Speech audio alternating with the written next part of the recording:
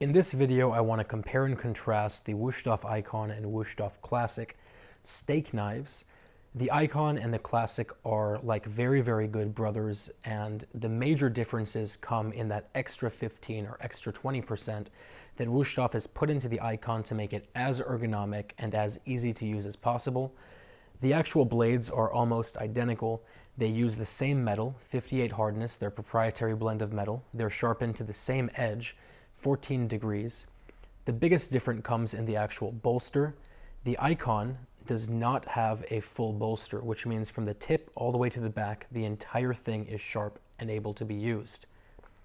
The Classic, on the other hand, is a classically styled knife with a full forged bolster that goes all the way down to the bottom, which means this portion right here is actually not sharpened. So it gives you a little bit less real estate, and it does get in the way sometimes as you try to use the knife.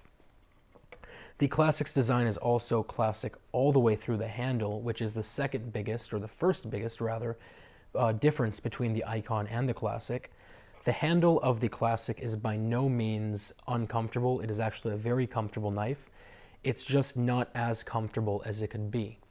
The Ikon, you can tell that Wusthof has spent a lot of time, a lot of energy, and a lot of money to make it as comfortable as possible, and they've done that in two ways. The first is obviously the design, and it really feels like however you hold the knife in your hand, it's just an extension of your actual hand. It feels like it's part of your hand.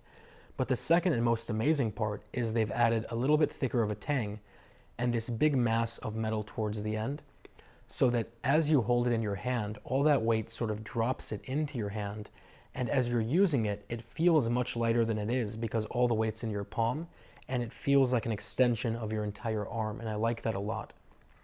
At the end of the day, though, they are very, very similar knives. It's up to you to decide whether the differences that I've mentioned with the Ikon, that extra 15 or 20% of ergonomics, is worth it.